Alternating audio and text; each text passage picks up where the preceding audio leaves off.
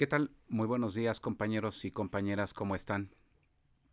Espero que estén muy bien, que no tengan ningún contratiempo, ni ustedes, ni su familia, ni sus seres queridos, con este tema de la pandemia. Vamos a continuar con los temas que nos corresponden. Estamos en la materia de procedimientos mercantiles y el tema que nos corresponde revisar es el recurso de apelación. Y bueno, esto va a ser un poco largo, es un tema muy interesante, complicado, tiene varias formas de tramitación y le daremos seguimiento conforme lo establece el temario.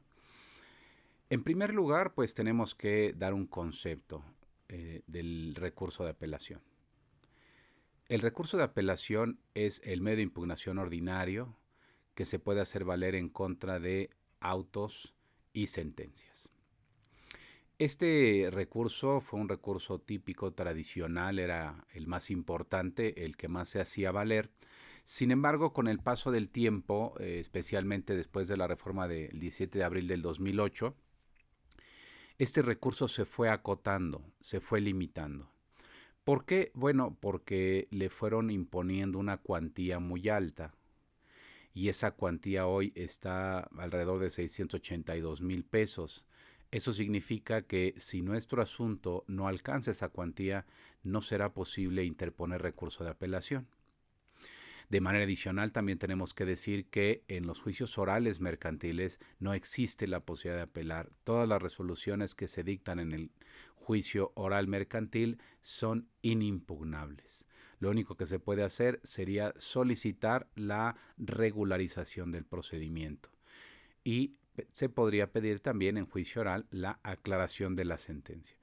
Pero fuera de esos medios de saneamiento, que realmente son medios de saneamiento, no se puede interponer un recurso. ¿Cuál es el objeto? Bueno, primero les tengo que decir que esta regulación del Código de Comercio empieza en el artículo 1336 y termina en el 1345 bis 8. Esa es el área en donde se regula este recurso. Ahora, ¿cuál es la importancia de este medio de impugnación? Todos imaginamos que los jueces se pueden equivocar al resolver. Por lo tanto, el código nos establece medios para poder lograr que esa resolución ilegal o que consideramos ilegal no subsista. En consecuencia, nosotros interponemos un recurso, y ese es el objeto, para que se revise la legalidad de una resolución judicial que consideramos no se dictó conforme a derecho, ya sea porque no se aplicó la ley aplicable o se aplicó indebidamente. En consecuencia, nosotros estamos inconformes. De la revisión que va a hacer el órgano que le corresponde en la apelación, que es la sala, podemos tener tres posibles resultados. Que la resolución se revoque, que la resolución se modifique o que se confirme. Cuando la resolución se revoca, significa que le cambian totalmente el sentido. Por ejemplo, si el juez había desechado alguna prueba y la sala la admite, pues está revocando. De igual manera, si la sentencia condenaba algún pago y la sala absuelve, está revocando. Pero también puede suceder que la apelación tenga la consecuencia de la modificación. Es decir, no se cambia el sentido, pero sí se modifica, se atempera o se cambia algo. Y tal vez podríamos poner el ejemplo de que la sentencia condena al pago de 1,000,000 de pesos. Pero la sala, después de la revisión por la apelación, decide que lo que debe condenarse es al pago de 400,000 pesos. Es decir, la condena subsiste, pero se ha cambiado el monto en virtud de la revisión que se hace por el medio de impugnación. En consecuencia, esas son las tres opciones que tendríamos frente a la revisión que hace la sala. Revoca, modifica o confirma.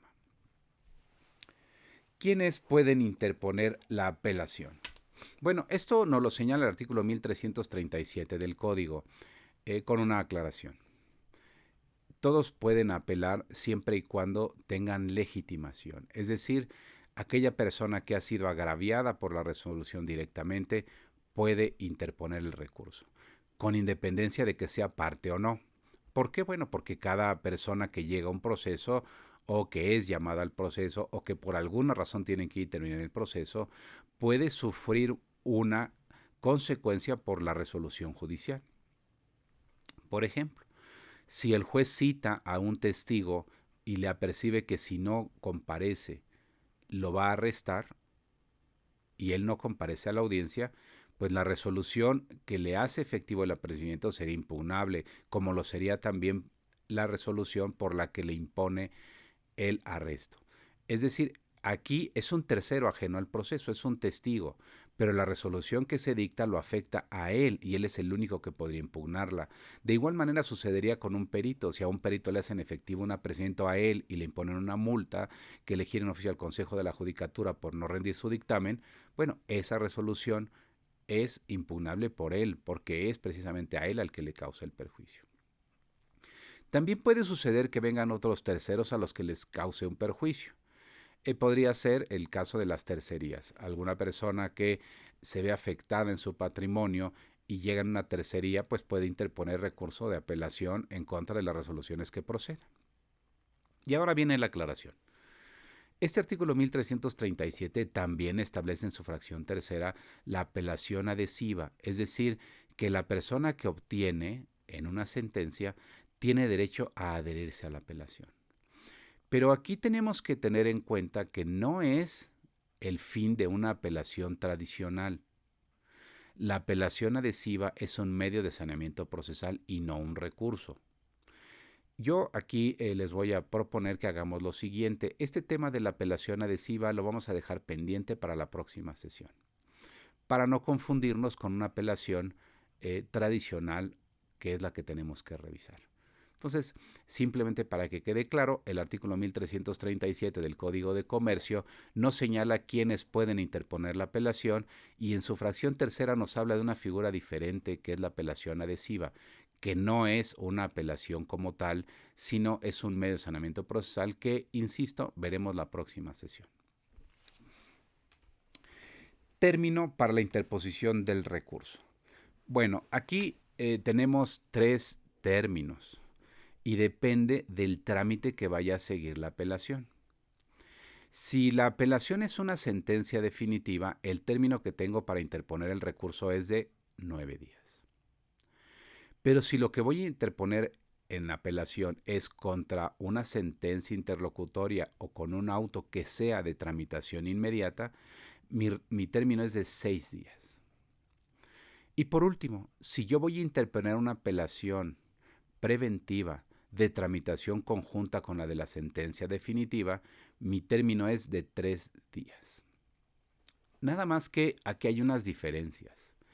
Cuando yo apelo una sentencia o un auto de tramitación que se tramite inmediatamente la apelación o contra una interlocutoria, debo expresar agravios en esos 9 y 6 días respectivamente. Pero si yo voy a interponer una apelación en contra de un auto que sea de tramitación con la de la sentencia definitiva, yo al interponer el recurso no debo expresar agravios, simplemente debo manifestar mi inconformidad con la resolución, porque los agravios los voy a expresar hasta que cause realmente ese agravio real. Es decir, cuando la sentencia me afecte por esa indebida tramitación procesal. Entonces, simplemente lo interpongo sin agravios, pero manifestando mi inconformidad. Forma de interposición del recurso de apelación. Hemos platicado que todos los recursos se interponen con un escrito en el que debo señalar con toda precisión la fecha, el contenido y la foja en la que obra la resolución que impugno. Pero además debo expresar los agravios que la misma me causa. Esa es la forma tradicional de la interposición de un recurso. Desde luego, pues tendré que mencionar también quién promueve, la fecha y su firma. Es lo que se hace en todos los escritos. Ahora, esa es la forma tradicional de un recurso. Pero en el caso de la apelación tenemos una que es diferente, que hemos venido siguiendo desde el 17 de abril del 2008. Que es la apelación preventiva de tramitación conjunta con la sentencia definitiva. Esta se va a interponer en un escrito en el que únicamente voy a mencionar la resolución por la fecha, el contenido y la foja si me es posible, y mencionando nada más que me inconformo con la misma. Ha sido una opinión personal que además de eso lo que yo hago es mencionar en lo general por qué considero que es ilegal. Y entonces podría decir, por ejemplo, que el desechamiento de la prueba pericial lo considero ilegal y me inconformo, toda vez que al ofrecerla se cumplieron los requisitos legales y resultaba una prueba idónea, por lo que debe haber sido admitida. Punto. No estoy expresando un agravio, simplemente en lo general doy un argumento para que quede ahí. A lo mejor el secretario, a lo mejor el juez lo analizan y pues en este asunto ya no van a poder hacer nada, pero tal vez en otros asuntos podrán analizar con mayor cuidado y darse cuenta que esa resolución que están dictando no es la que está pegada a derecho. En consecuencia, queridos compañeros, pues la forma sería escrita en los tres casos y con expresión de agravio si se va a tramitar en ese momento la apelación o si es de tramitación conjunta con la definitiva, bastará que exprese mi inconformidad. Ahora, procedencia del recurso de apelación. ¿Cuándo procede la apelación? Bueno, en primer lugar, para que proceda la apelación, el asunto debe superar la cuantía que está vigente. Recuerden que cada año se modifica la cuantía y en este 2020 la cuantía se publicó en el Diario Oficial de la Federación del 31 de diciembre del 2019, según recuerdo.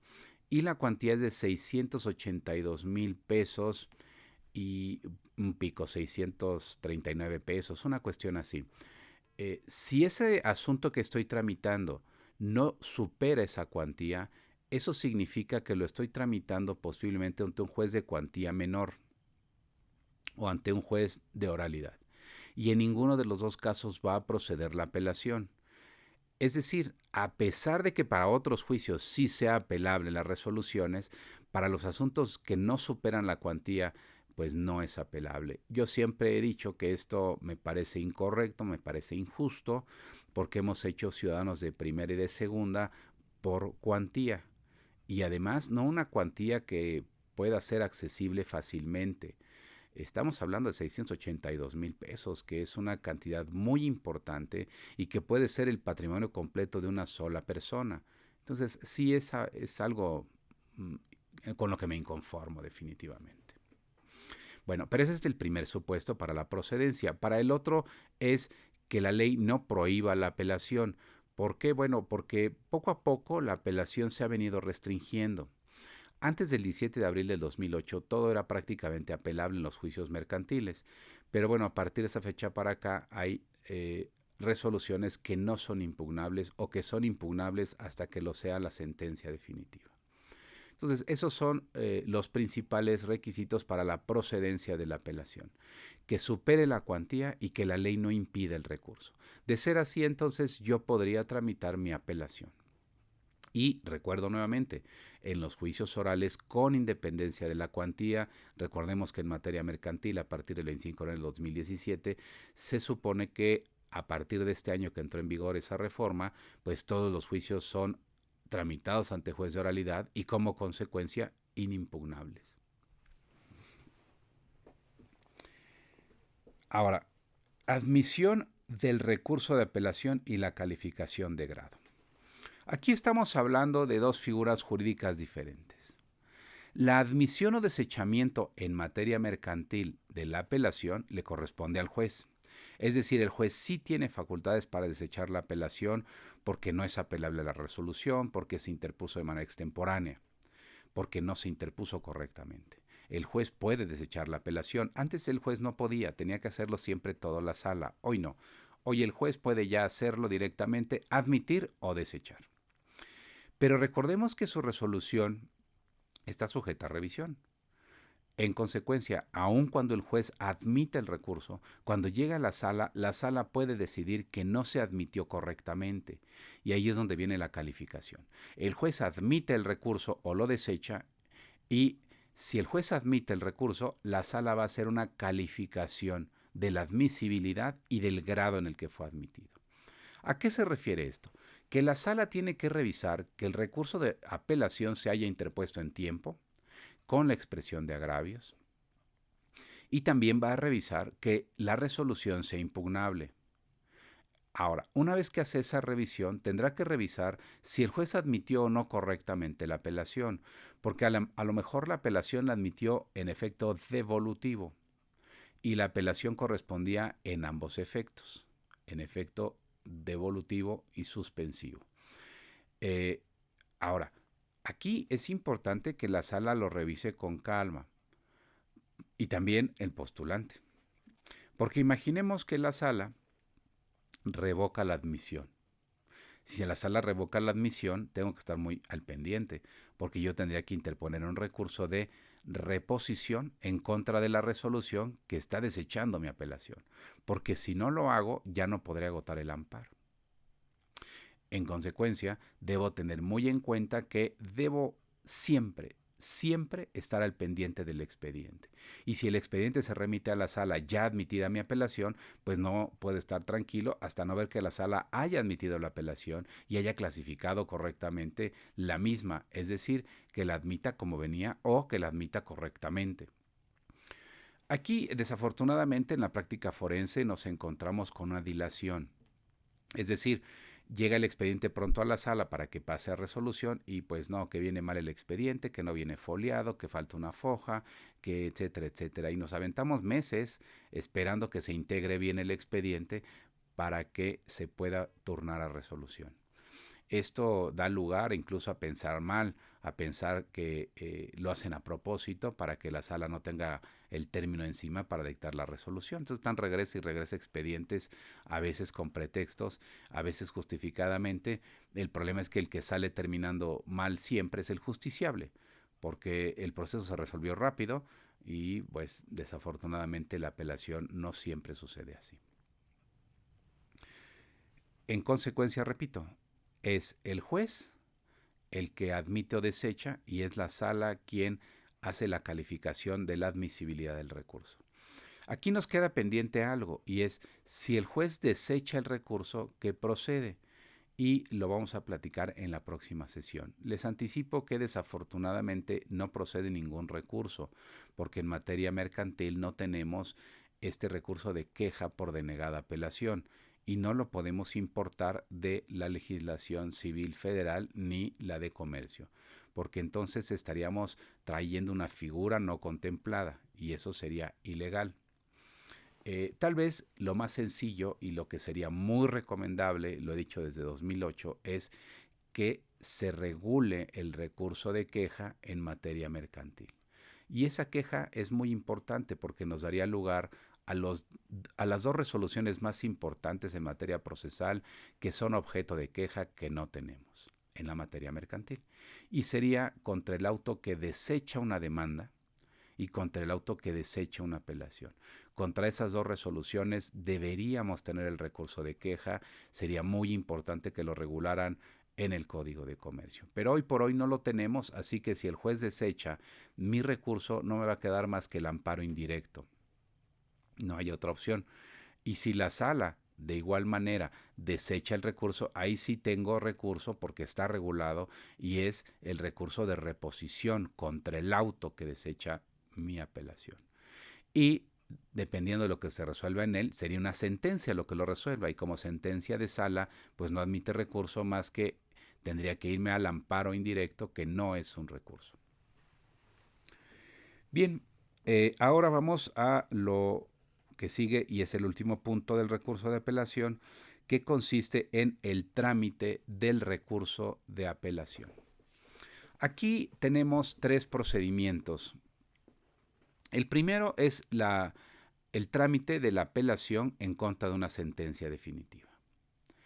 Este trámite consiste en que una vez que se notifica una sentencia definitiva, pues quien va a interponer el recurso tiene 9 días para hacerlo valer. Entonces, ¿cómo se tramita?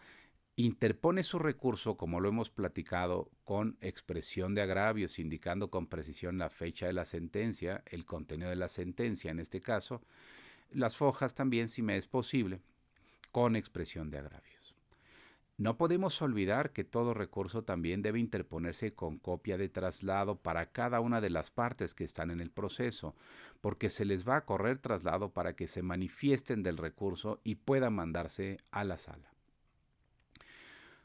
El juez admite o desecha el recurso, usualmente tratándose de sentencia definitiva lo admite, salvo que sea extemporáneo, que se presente después de los 9 días, y lo manda a la sala. Lo va a mandar a la sala con el expediente, aquí va el expediente, es una apelación a sentencia definitiva, con el expediente original. Llega a la sala revisa la admisibilidad, que se interpuso en tiempo, que quien lo interpuso está legitimado, y puede entonces decir que se admitió correctamente, que se admitió en ambos efectos correctamente y que se turna el expediente a sentencia con el magistrado ponente que le corresponda. Una vez que lo tiene el magistrado, pasará el término de ley, hace su proyecto, lo pasa a los otros magistrados, lo que se le conoce como circular, le da 5 días a cada magistrado para que revise, le haga observaciones, si están de acuerdo, lo propone para la sesión que siga y ya se firma usualmente por unanimidad. Si alguno no está de acuerdo, bueno, hará algún voto particular y se firmará por mayoría de votos. También puede suceder que se reasigna a otro magistrado para que presente el nuevo proyecto. Y a lo mejor con el nuevo proyecto, si firman todos o nuevamente se firmará por mayoría. En este sentido, entonces, el trámite de esa apelación es muy sencillo. Se interpone, se admite, se manda a la sala. Se interpone. Se admite por el juez y se da vista con los agravios para la otra parte. Contestados o no los agravios, se remite el expediente a la sala califica la admisibilidad, lo turna a sentencia y dicta la sentencia. Dependiendo del contenido, regresará al juez para ejecución, pero también podría ser impugnado a través de un amparo directo. Y hasta que no se resuelva con ejecutoria de amparo, pues podría dilatarse la ejecución. Ya hemos platicado que las sentencias de la sala se pueden ejecutar, pero debo haber dejado en autos una sección de ejecución ante el juez de los autos, debo mandarle copia certificada de la sentencia de la sala para proceder a la misma. Si no tomé esas precauciones, pues lo más posible es que no se pueda ejecutar. Ahora, viene la otra apelación, que es la apelación a las resoluciones de trámite que la ley señala que deben tramitarse de manera inmediata, que usualmente son aquellas que impactan al proceso, que no se refieren ya a nada de lo que va a pasar en la sentencia y a veces son las que resuelven las excepciones procesales y cualquier incidente. La que desecha una demanda, por ejemplo, pues no va a haber una sentencia, entonces una vez que se deseche una demanda, yo podré interponer mi recurso de tramitación inmediata dentro de los 6 días de que se notificó la resolución con expresión de agravios con copia de traslado. Aquí retomo lo que hace rato decía. Si tuviéramos un recurso de queja, pues no tendría que dar traslado porque no hay nadie enfrente, solamente es el juez y soy yo.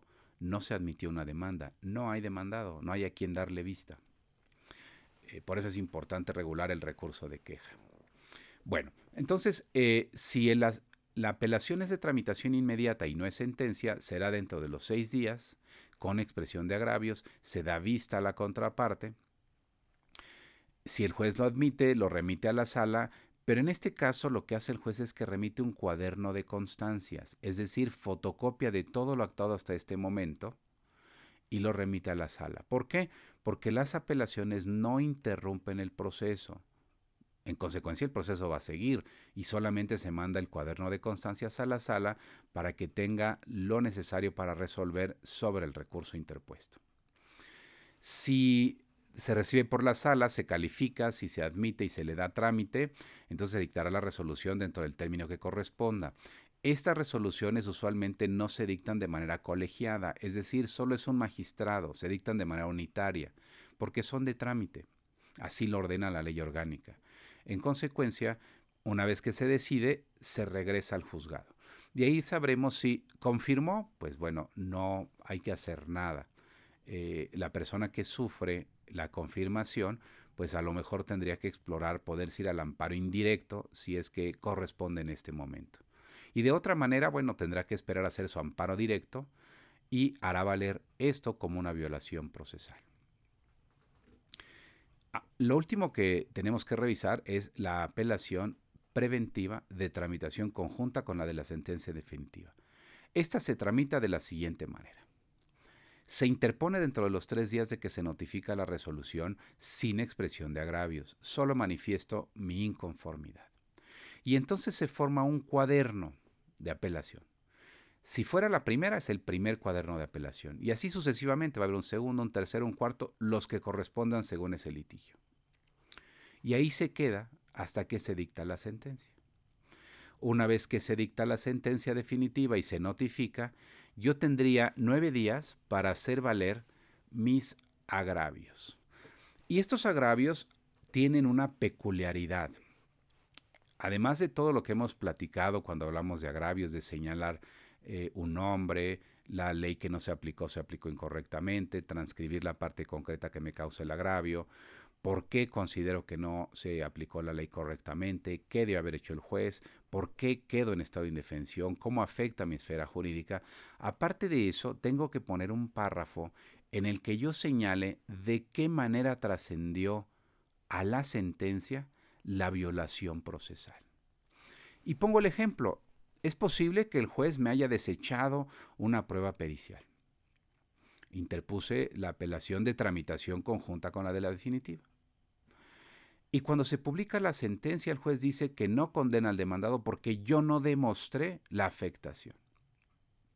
Bueno, pues precisamente la pericial era para demostrar esa afectación y ya tendría el argumento. El argumento sería el siguiente. Y toda vez que el juez desechó la prueba pericial, que era la idónea para demostrar los daños, en la foja tal de la sentencia dice que no demostré, por lo que resulta evidente que esa violación procesal de haber desechado ilegalmente la prueba pericial ha afectado mi esfera jurídica porque me ha impedido demostrar plenamente la afectación que refería en la demanda. Por lo que se deberá revocar el auto para que se admita la prueba y se me dé la oportunidad de demostrar, conforme a derecho, esa afectación. Bien, o cualquier otra argumentación. Pero es fundamental ponerla. Si yo no pongo esa argumentación de señalar de qué manera trascendió al sentido del fallo, la sala no me va a dar la razón, aunque la tenga, porque va a decir, bueno, pues sí, hay una violación, pero no dijiste de qué manera trascendió al sentido del fallo y estamos ahorita analizando la definitiva. Por lo tanto, al no haber suplencia en la defensa de la queja, pues se confirma la sentencia. Y se confirma el auto también. Bien, compañeros, pues exactamente a grandes rasgos esto es lo que corresponde al recurso de apelación. Les pido que tengan mucha paciencia en sus hogares, los que no puedan salir, los que salgan, por favor, protéjanse, usen cubrebocas, lávense continuamente las manos, usen gel antibacterial, por favor, cuídense mucho, que la verdad es que sí quiero volver a verlos a todos en la facultad sanos, eso sería muy importante para todos. Tengan un excelente día, nos vemos en la próxima, hasta luego.